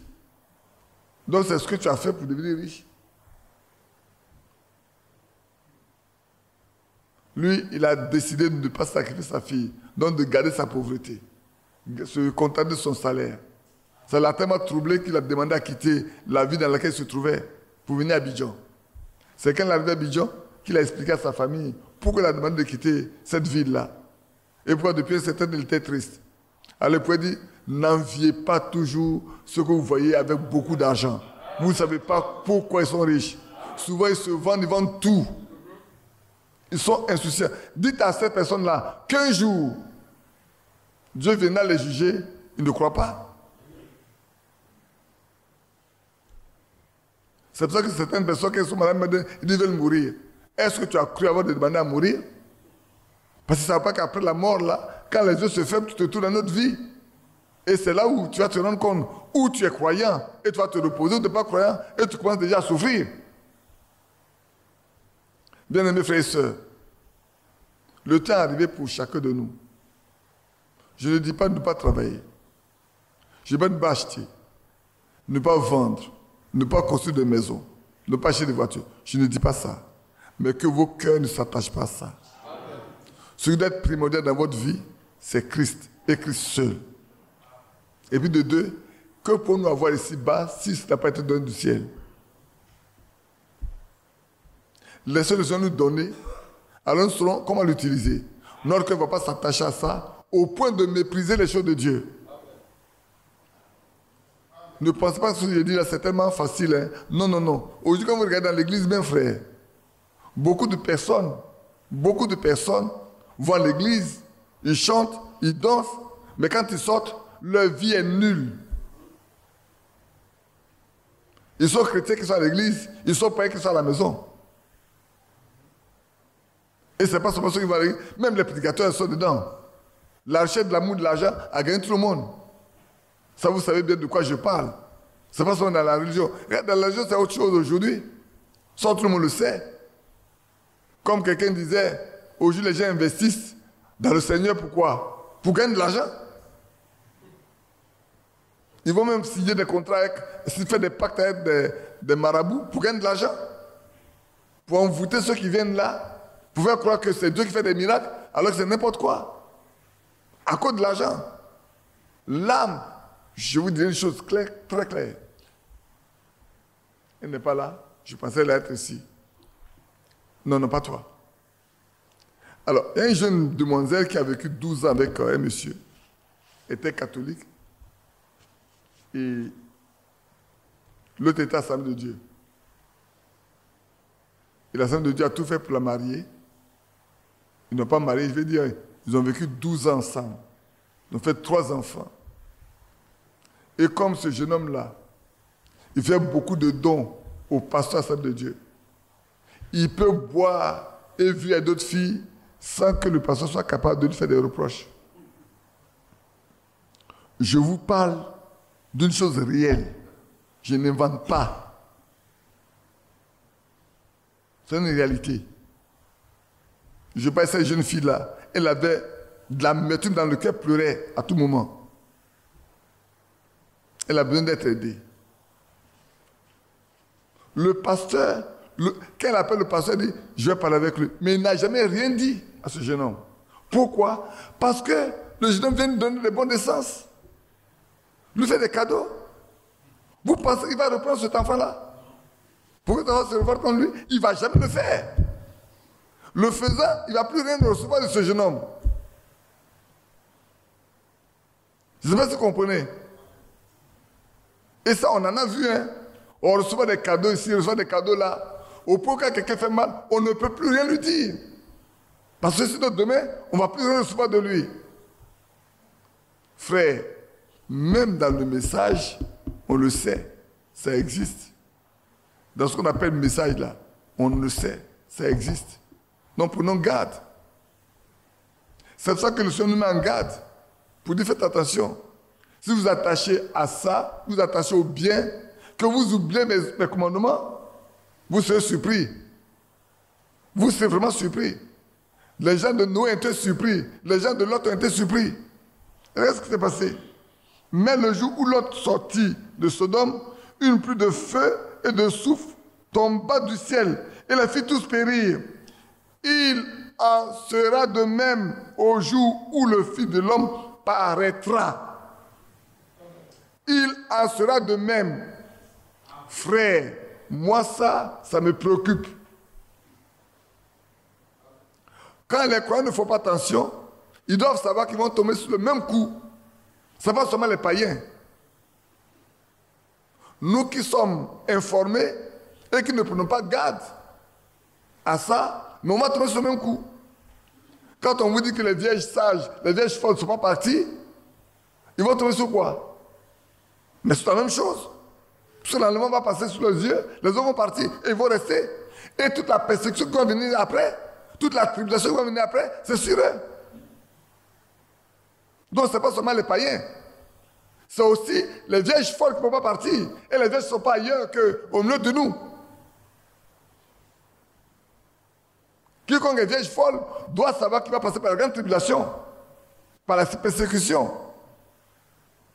Quand les gens vont crier, montagne tombe sur nous, peut-être eux, ils ont déjà égorgés, tués, poursuivis, comme l'en a été au premier âge, avec la grande persécution. Frère, j'ai dit, si quelqu'un n'a pas pu aller avec une foi ferme maintenant, quand sera-t-il quand on va lui mettre l'épée sous la tempe? Quand l'Esprit de Dieu sera enlevé pour envoyer chez les Juifs, parce qu'il faut qu'on soit clair, frère. Après l'enlèvement là, le Seigneur se tourne vers les Juifs. Après l'enlèvement, le Seigneur se trouve vers les Juifs. Il n'a plus rien à voir avec les nations. C'est fini, frère. Une chance est donnée d'aller passer par la grande tribulation, c'est vrai, mais il faut être capable de supporter également. Est-ce que tu ne vas pas trahir? La Bible ne dit pas qu'ils vont se trahir les uns les autres.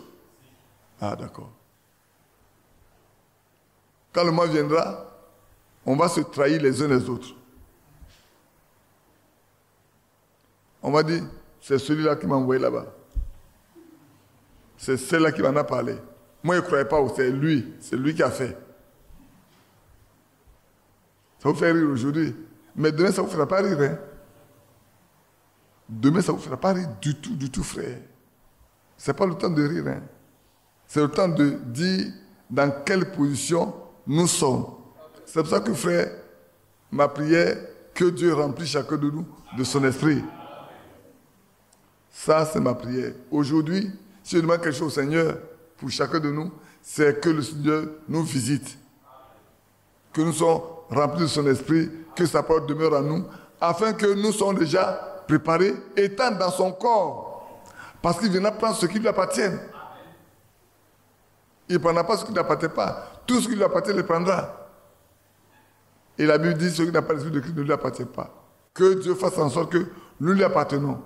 Comme je vous dis, aujourd'hui, le Seigneur nous a envoyé un prophète. Parce que pour chaque événement comme celui-là, il a toujours envoyé un prophète.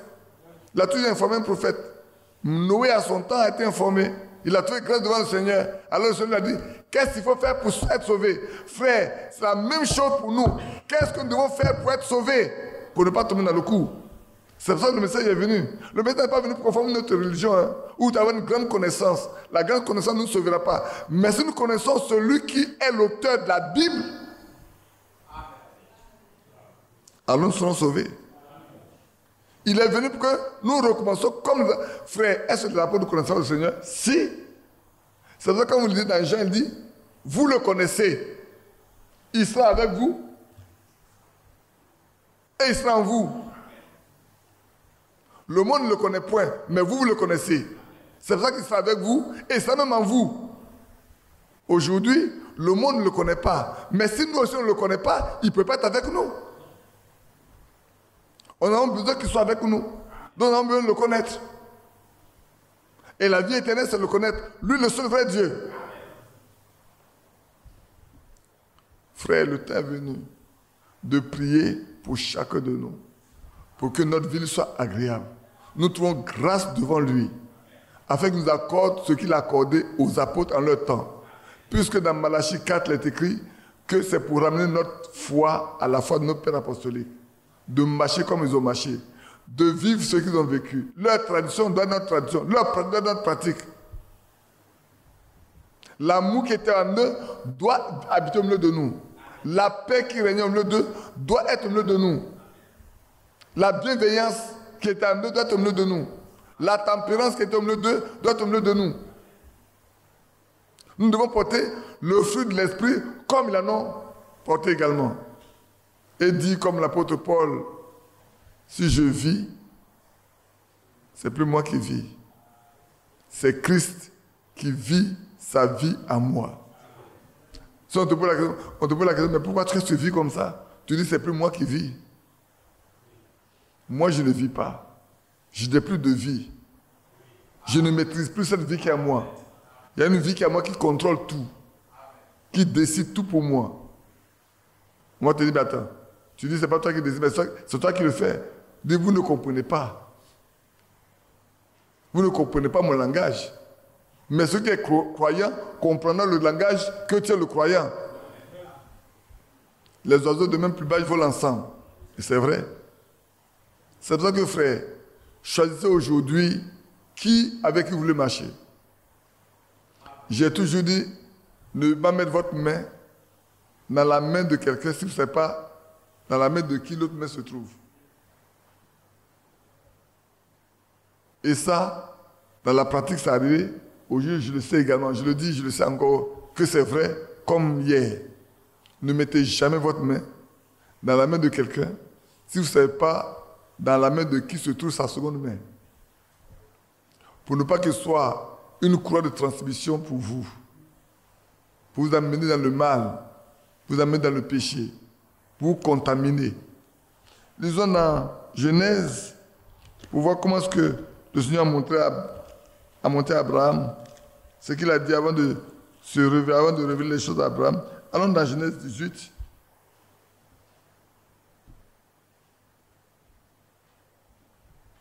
Dans Genèse chapitre 18, après que le Seigneur a rencontré Abraham et Sarah et qu'il ait fini de leur parler, je lis après le verset 14. Y a-t-il quelque chose qui soit étonnant de la part de l'Éternel? Au temps fixé, je reviendrai vers toi à cette même époque et Sarah aura un fils. Sarah mentit en disant, je n'ai pas ri, car elle eut peur. Mais il dit, au contraire, tu as ri. Ces hommes se levaient pour partir et ils regardaient du côté de Sodome. Abraham alla avec eux pour les accompagner. Alors l'Éternel dit, cacherai-je à Abraham ce que je vais faire? Abraham deviendra certainement une nation grande et puissante. Et en lui seront bénies toutes les nations de la terre. Car je l'ai choisi afin qu'il ordonne à ses fils et à sa maison après lui de garder la voie de l'Éternel en pratiquant la droiture et la justice, ainsi que l'Éternel accomplisse en faveur d'Abraham les promesses qu'il avait faites. Amen. Alors il va dire, et l'Éternel dit, le cri contre Sodome et Gomorrhe s'est accru et leur péché est énorme. C'est pourquoi je vais descendre et je vais, s'ils ont agi entièrement, selon le bruit venu jusqu'à moi. Et si cela n'est pas, je le saurai. Où est-ce que le Seigneur dit? Est-ce que je vais cacher à Abraham ce que je vais faire? Il n'a pas caché à Abraham ce qu'il doit faire. Il a révélé à Abraham ce qu'il doit faire. Frère, prenez, chacun de nous prenons la même position. Dieu aujourd'hui révèle à cette génération que nous sommes ce qu'il va faire. C'est pour ça que la foi dernière dit, cette génération qui a vu Israël en train de sa patrie, cette génération qui a vu ces églises là naître et voir le ministère de l'enseignement, l'enseignement avoir lieu, cette génération-là ne passera pas que l'enseignement n'ait lieu. Si cette génération ne passe pas, nous sommes avertis, nous autres. Beaucoup sont jeunes, mais nous voyons Israël dans sa patrie. C'est faux. Nous voyons comment l'Église est appelée à sortir de toutes les régions. Frères, c'est vrai que, regarde la plupart de ceux qui sont au message, le plus grand nombre est sorti d'où? Des religions. Le plus grand nombre est sorti des religions. Même parmi nous-mêmes qui sommes sortis, quand je regardais, j'ai dit, il y a très peu de nouveaux convertis. Mais chaque jour, Dieu nous ajoute. Plutôt, fais pas attention, chaque jour, il y a des nouvelles personnes qui arrivent, mais ce n'est pas de nouveaux convertis. Tu baptises combien de personnes ici chaque fois qu'on se réunit? Tu ne baptises pas 20 à la fois.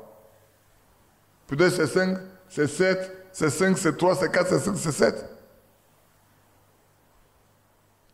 Si on baptisait 100 ou 200 personnes à la fois, on a dit, il y a de nouveaux convertis qui arrivent.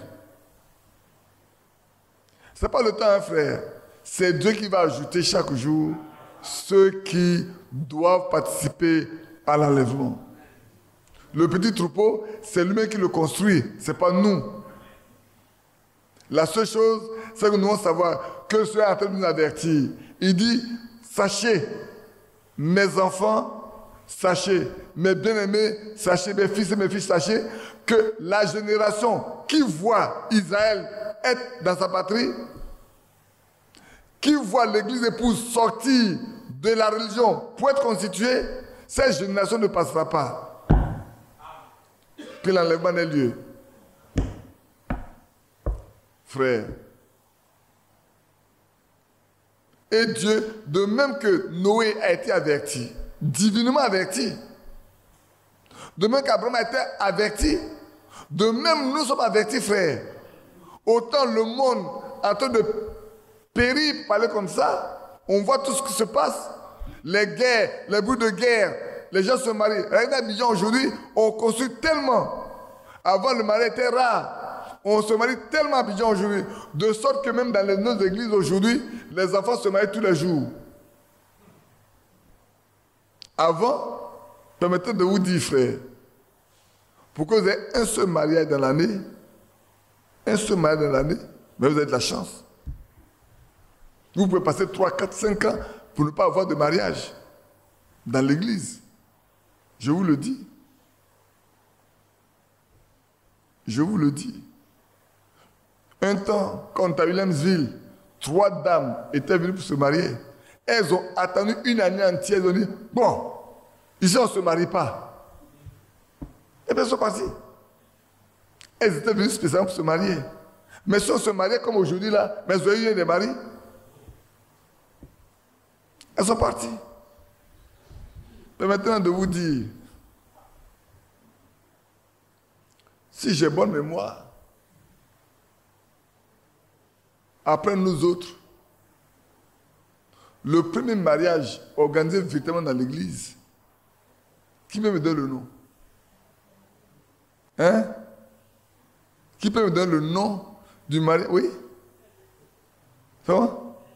C'est Valé Bébou. C'est Valé Bébou.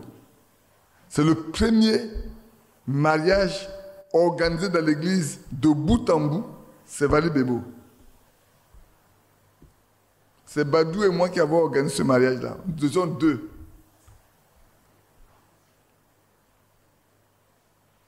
C'est vrai. Après venir les âmes bébés.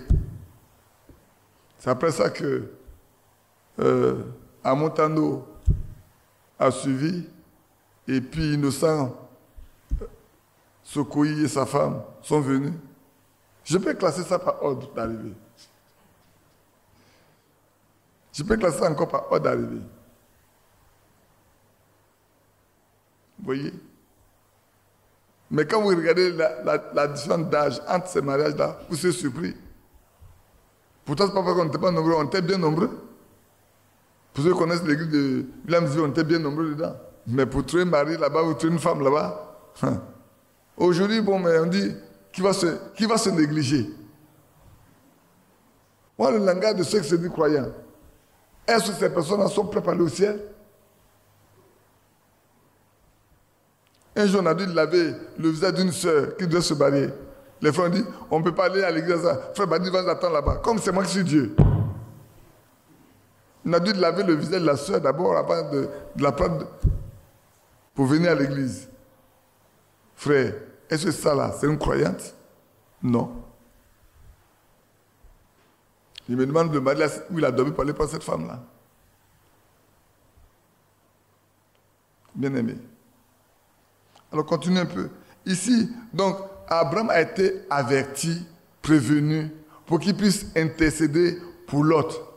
Et si on poursuit dans le livre comme on est en train de lire là, on revient dans le livre, vous allez voir ce qui a été écrit. En Luc, on poursuit.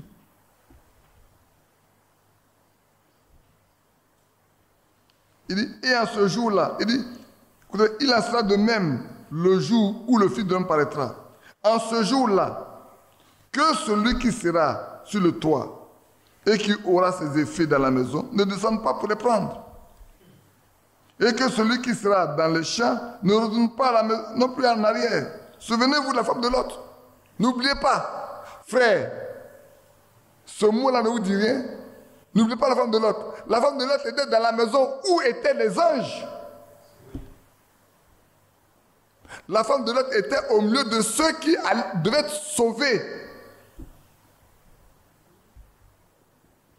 Mais elle est perdue. Pourquoi? Parce que son cœur était encore attaché au bien matériel.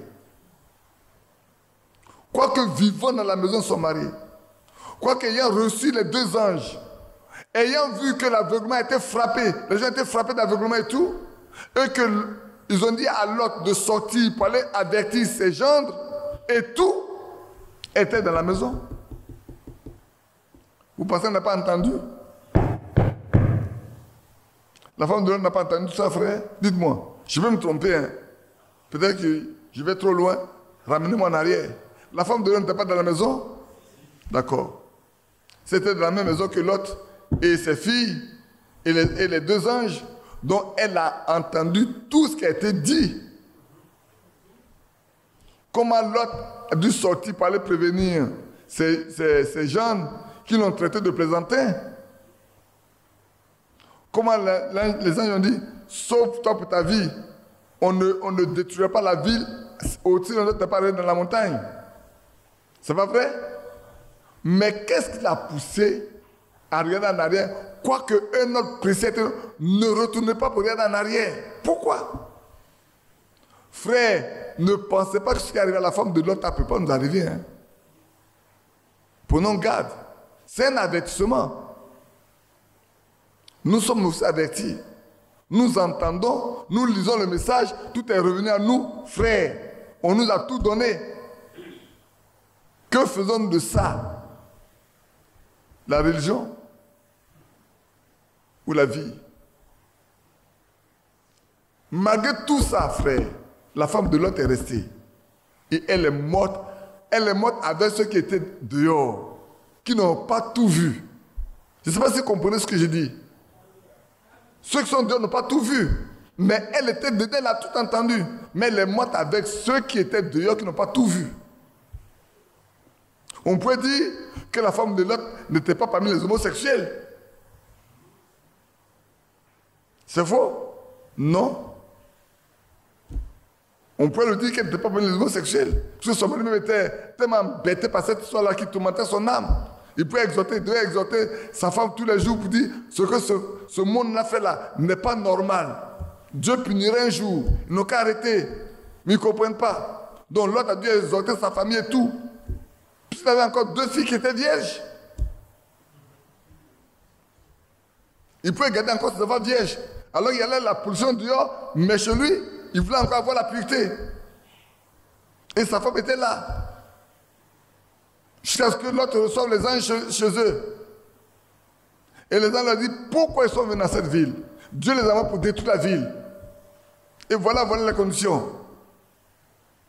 Mais cela n'a pas suffi pour que la femme de Lot s'en tire bien à bon compte. Malheureusement, son cœur n'était pas encore attaché, n'était pas encore détaché de ce qu'elle voyait, de ce qu'elle possédait. Et elle est morte au même titre que ceux qui étaient dehors. Frère, que Dieu nous aide. Afin que ce qui lui est arrivé, si le Seigneur dit ici, souvenez-vous de la femme de Lot. Si le Seigneur le dit, c'est qu'il a dit, ce qui est arrivé au temps de Lot arrivera pareillement à l'apparition du Fils de l'homme. Donc ce qui est arrivé à la femme de Lot pourra aussi arriver. Pour ne pas dire, arriverait aussi pareillement. Ce qui est arrivé à la femme de Lot aura aussi lieu. Bien-aimés frères, prions pour que cela n'arrive pas dans nos maisons. Et regardez bien, ce verset 32, c'est comme une liaison entre ce qui est au verset 31 et avant et ce qui va suivre. Le verset 33. Celui qui cherche à sauver sa vie la perdra. Et celui qui perdra, la sauvera. Je vous le dis, en cette nuit-là, de deux personnes qui seront dans un même lit, l'une sera prise et l'autre laissée. Frères, prions que cela n'arrive pas à nos maisons. Nous qui sommes mariés, ça ne nous concerne pas les homosexuels. Les homosexuels ne sont pas à l'enlèvement. Je pense que ce qui est dit ici concerne l'enlèvement. Ici, les fuseaux horaires sont bien définis par le Seigneur. De deux personnes sont dans un lit, c'est la nuit, certainement. L'une sera prise, l'autre laissée. Si on fait référence à des hommes et une femme mariés, qui sont des croyants, souvenez-vous de tout ce que je vous ai raconté concernant Thomasie. Souvenez-vous que cela ne nous arrive pas. Prions que cela ne nous arrive pas. Intercédons afin dans nos maisons, tous ceux qui sont dans nos maisons bénéficient de la grâce de Dieu et soient enlevés ce jour-là.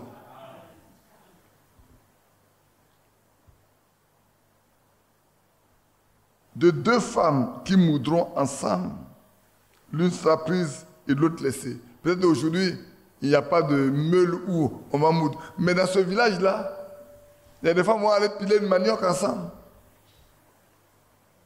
Il y a des femmes qui vont aller piler une manioc ensemble.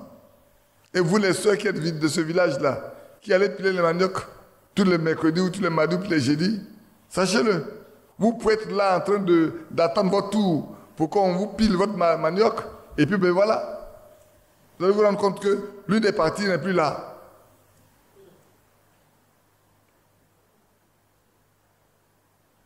Il n'y a pas de préparation. Ce qui, frère, je ne sais pas, il n'y a pas de préparation particulière. Hein.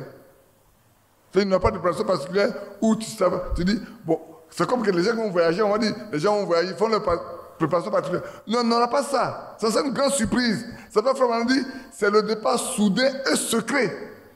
C'est un départ qui est soudain, mais aussi secret. On ne s'est pas averti que tel jour en allemand. Aucun prédicateur ne va dire à quelqu'un que tel jour-là, demain, à telle la réunion, soit tu vas faire l'enlèvement. C'est pas comme ça que ça se passe, frère. Il peut être la nuit, on peut être comme à cette veille-là, et puis ça peut arriver. Si on est tous prêts, toute cette assemblée va être vide. Mais ce n'est pas le cas. Même le prédicateur peut rester. Hein. Ne pensez pas que les prédicateurs sont immunisés. C'est faux. S'il n'est pas prêt, qu'il a pas son temps à prêcher seulement, sans se préparer lui-même. Je me souviens quand Frère Bailey disait un jour, il y avait un pasteur qui a fait un songe. Et dans le songe, ils sont tous partis et le Seigneur donnait des récompenses. Il y a une vieille femme qu'on ne connaissait pratiquement pas dans l'église. Le pasteur a reçu une petite couronne et la vieille femme a reçu une grosse couronne. Et il demande au Seigneur, comment se fait-il qu'elle a reçu une grosse couronne et puis lui qui est le pasteur, il a reçu une petite couronne? Il lui a dit, sans elle, ton ministère ne vaudra rien valoir. Il dit, mais comment il dit? C'est elle qui jeûne et qui prie pour toi quand tu parles, pour que Dieu te bénisse et que tu fasses ce que tu as fait. Sans elle, là, si elle ne se mettait pas à jeûner et prier pour toi, toi, tu n'aurais jamais réussi. Vous voyez, non? Donc, il n'y a pas de préparation particulière. Il n'y a pas dit, non, il y a tel jour. Non, nos frères. La préparation, c'est là. Hein, c'est ça qu'on a besoin de faire.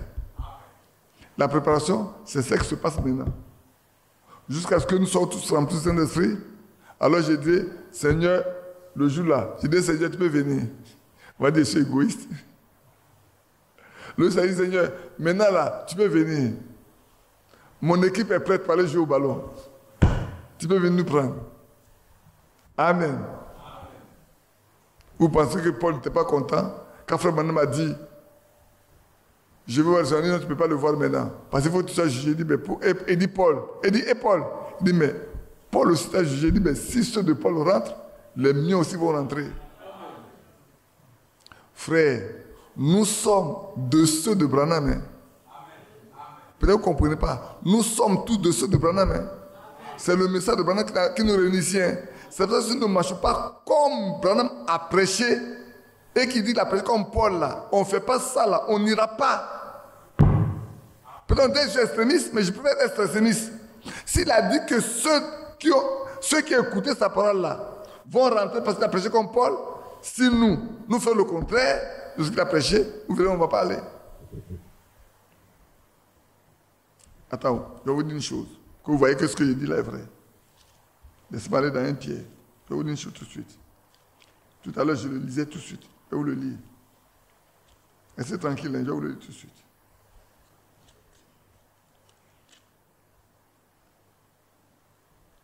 Dans 1 Pierre, laissez-moi le dire. Je vais vous le lire tout de suite.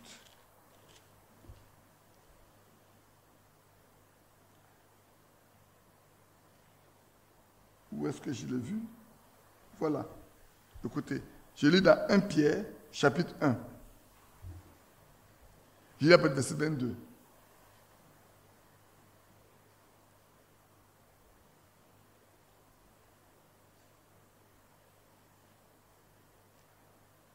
Est-ce que c'est ça?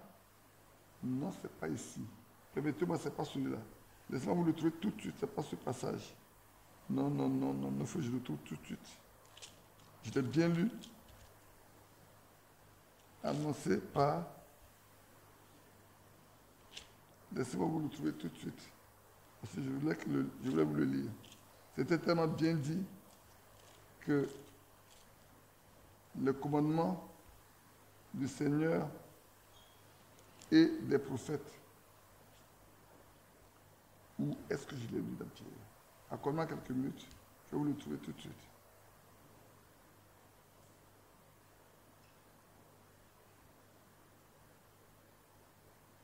C'est pas ça. Qu'est-ce que je fais?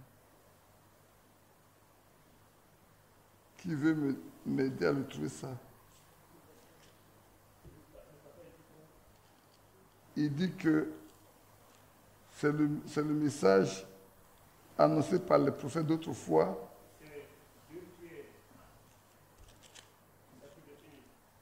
2 Pierre 1.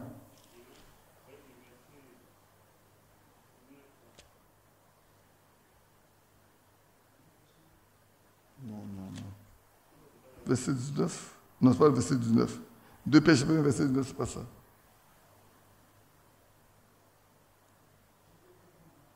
Comment? Je n'entends pas ce que vous dites. Non, c'est pas ça. Parce que je l'ai lu, c'est pas ça. Seigneur, aide-moi. Il faut que je vous le trouve. Si je ne le trouve pas, l'après-midi, je vais le lire. C'est 2 Pierre 3. Tu peux avoir raison. Toi, tu peux avoir raison. Verset combien? Non.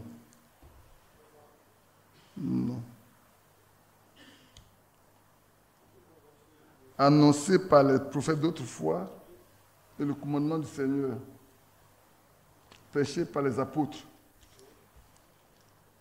Si vous trouvez le mot apôtre, je vous le dis tout de suite.